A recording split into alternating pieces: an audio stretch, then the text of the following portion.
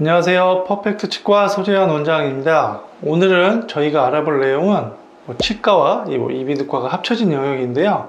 상악동염과 코에 연관된 비염에 대해서 조금은 다르지만 연관이 굉장히 깊은 그 정의와 치료 이런 방법에 대해서 한번 자세하게 좀 설명을 드려볼까 합니다. 말 그대로 상악동염이라고 하는 것은 그 부비동 중에서 눈 밑과 위치와 어금니 쪽 위에 있는 요 상악동에 생긴 염증을 상악동염이라고 정의를 할 수 있어요.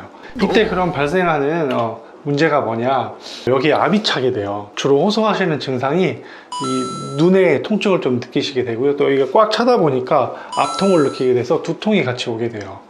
그리고 아까 위쪽 치아 어금니랑 연결이 되어 있다고 말씀드렸잖아요. 그래서 치통도 같이 발생을 하게 됩니다. 이 상악동이라는 공간에 이렇게 염증이 차면서 그 압에 의해서 위아래 옆으로 이렇게 느껴지는 통증이라고 생각을 하시면 될 것 같아요. 이제 비염은 굉장히 흔히들 많이 있잖아요. 저도 마찬가지고, 비염도 말 그대로 코 질환이고요. 공기가 통하는 코의 통로에 생긴 염증이에요. 비염이 생기면 어떤 증상들이 나타나냐, 제일 많이 호소하는 게 코막힘이죠. 코막힘은 일단 비염 때문에 나타나는 거예요. 그 다음에 재채기, 왜냐면 코 점막에서 이렇게 느끼는 그 항원이나 알레르기 반응 이런 걸로 인해서 재채기도 일어나게 되고요. 또 당연히 콧물도 같이 흐르겠죠. 다 코에서 생기는 문제라고 생각을 하시면 될 것 같고요. 비염도 여러 가지로 나눌 수가 있는데, 흔히들 아실 거예요. 알레르기성 비염 이런 말 들어보셨잖아요. 알레르기성 비염은 뭐냐면 진먼지, 집진드기, 기타 여러 꽃가루 등 여러 알러지 물질들이 들어왔을 때 그거에 반응을 해서 나타나는 비염이고요. 비후성 비염이라는 게 또 있는데, 비후성 비염이라는 거는 이 코 안에 비중격이라고 하는 가운데 있는 코뼈가 있고요. 연골이죠. 그 옆에를 합의갑기라고 하는 콧살이 덮고 있거든요. 그 코를 덮고 있는 그 콧살이 커져가지고 붓는 거죠. 그 공간을 좁게 만드는 거예요. 그러면 이렇게 부어있는 비후성 비염이라고 합니다. 그것을.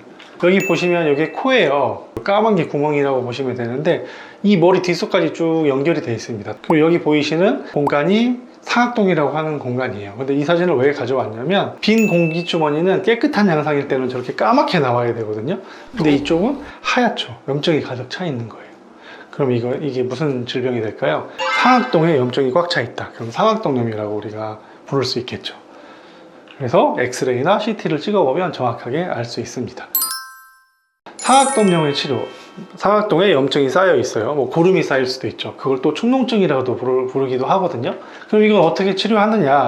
일반적으로는 약 처방을 기본적으로 하게 됩니다. 2주 정도 해서 한 달은 무조건 약을 쓰게 되어 있는데요. 항생제가 기본이 되는 치료를 하게 되어 있어요. 그 다음에 치성 상악동염이라는 게 간혹 있거든요. 이게 무엇이냐면, 위 어금니랑 상악동이 연결이 되어 있는데 뿌리 끝에 염증이 생기면서 치아에서부터 그 고름이 타고 올라가서 상악동으로 번진 경우가 있습니다. 이거는 치아에서 문제가 생긴 거예요. 이와 같은 경우에는 원인인 치아가 없어지면 완전히 해결이 되거든요. 그래서 치아를 없애고 발치를 했으니까 또 약을 기본적으로 먹게 되고, 이렇게 되면 거의 호전이 된다고 보시면 될 것 같습니다. 그러면은 아까 말씀드린 대로 비염은 어떻게 치료하느냐, 기본적인 방법은 약물 치료를 먼저 하는 거예요. 똑같이 아까 말씀드린 대로 기본적인 항생제 치료가 들어가게 되고요. 여기에 스테로이드도 처방이 들어가게 되고, 항히스타민, 알러지 치료약이죠. 기타 소염 진통제 이런 약들을 처방을 해서 4주에서 길게는 2달 정도 이렇게 먹게도 되는데요. 약을 먹으면 거의 한 80~90% 가까이 호전이 돼요. 그럼에도 불구하고 호전이 안 되는 분들은 수술적인 방법을 택해야 됩니다. 수술적인 방법에는 여러 가지가 있다고 아까 말씀드렸잖아요. 코 연골이 휘어 있으면 거기를 잘라내서 통로를 넓히는 비중격 만곡 수술. 또 하나는 콧살이 이렇게 부어 있으면 콧살을 절제해서 또 통로를 넓혀주는 합의갑계 절제술. 또 하나는 비밸브 확장이라고 해서요. 코와 코 연결하는 그 밸브가 있는데 그 공간을 또 넓혀주기도 합니다. 동반해서 다 같이 치료하는 경우도 많고요. 오늘은 상악동염과 비염에 대해서 궁금해 하시는 분들이 많아서 한번 준비를 해봤습니다.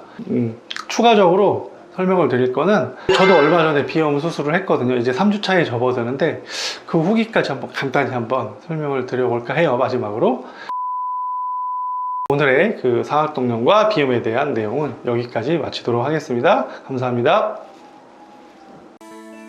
For your better life, 팩트는 퍼펙트 치과.